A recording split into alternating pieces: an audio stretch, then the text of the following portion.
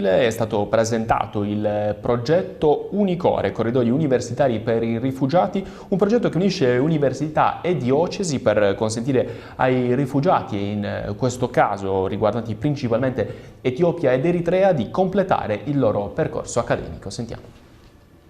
Il progetto ha però una caratteristica fondamentale, riguarda l'accoglienza di persone che hanno da completare il loro ciclo universitario.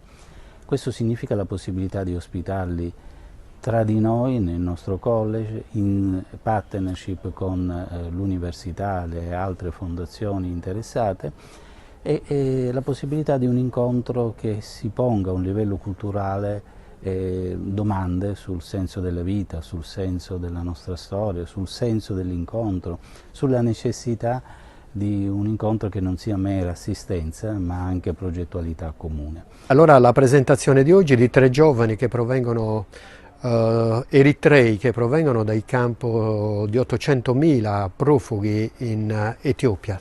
Vari tentativi per arrivare in Italia, di fatto solo attraverso un corridoio sicuro e quindi senza rischiare la vita, come sono i corridoi umanitari e i corridoi universitari. Finalmente ecco qui.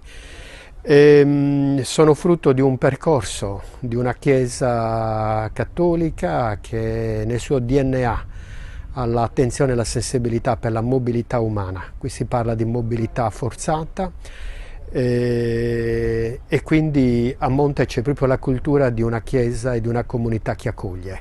Il ruolo dell'università in questo progetto è stato rilevante, abbiamo aderito subito con entusiasmo perché l'Università di Cagliari è impegnata da anni nel progetto Unica for Refugees, quindi nel sostegno ai rifugiati già presenti in Sardegna che avevano un titolo di studio magari da riconoscere, che abbiamo cercato di fare con il progetto del QPR, European Qualification Passport for Refugees.